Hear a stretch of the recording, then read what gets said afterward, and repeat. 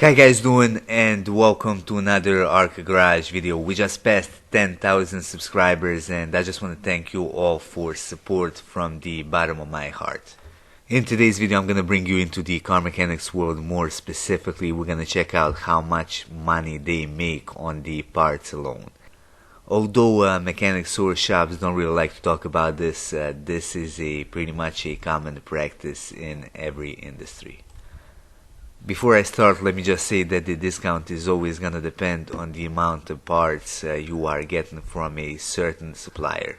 I'm gonna start with the US. Now, I worked as a mechanic in the United States for quite a while at a very busy shop. Now, the discount that we got on parts was close to the max, and it was 40%. Now, the maximum is 45%. That means on every $100 that you spent on parts alone at that shop, $40 of those 100 went to the shop itself.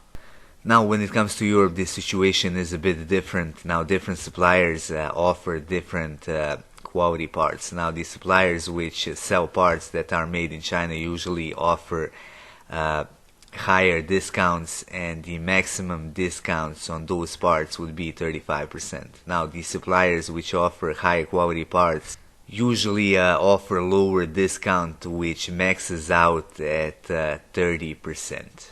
That again depends on the amount of parts that you are getting from the supplier. Moving on to oil. Now, the price of oil is going to depend on one factor: if you are getting it in these jugs or if you are getting a huge barrels of it. Now, the shop that I worked at in the United States always bought them in bulk, and they got the discount on 45% of oil. Now, in Europe, if you are buying the oil in these jugs and small containers, you are getting the discount of 30%. Now, that discount might be a bit higher if you are getting higher quantities of it.